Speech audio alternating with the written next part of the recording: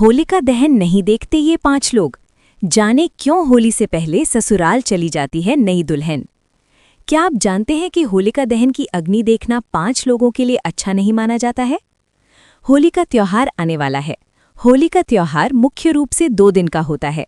पहले फाल्गुन पूर्णिमा पर होलिका दहन होता है, फिर अगले दिन यानी चैत्र शुक्ल पूर्णिमा पर रंग वाली होली खेली जाती है। होलिका दहन पर लोग चौराहे पर लकड़ियों को इकट्ठा करके उसका दहन करते हैं।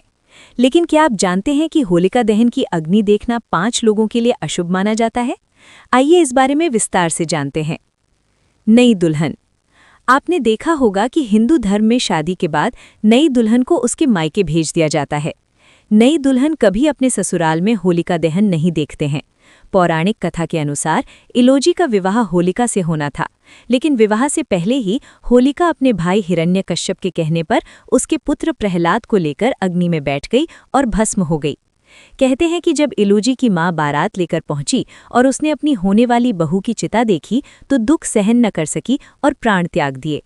इसलिए नई दुल्हन होली से पहले ही अपने ससुराल से मायके चली जाती है। सास बहू। ऐसी भी मान्यता है कि सास और बहू को साथ खड़े होकर होलिका दहन नहीं देखना चाहिए। कहते हैं कि ऐसा करने से रिश्तों में खटास और मतभेद बढ़ते हैं। सास बहू के संबंध कभी अच्छे नहीं रहते हैं। गृह कलेश घर की खुशियों को तबाह कर देता है। इकलौती संतान की मां। लोक मान्यताओं के अनुसार जिन लोगों की इकलौती संतान होती है उन्हें भी होलिका दहन देखने से बचना चाहिए।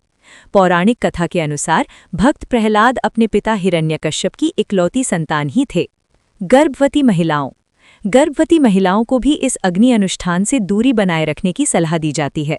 उनके लिए होलिका की परिक्रमा करना भी शुभ नहीं माना जाता है।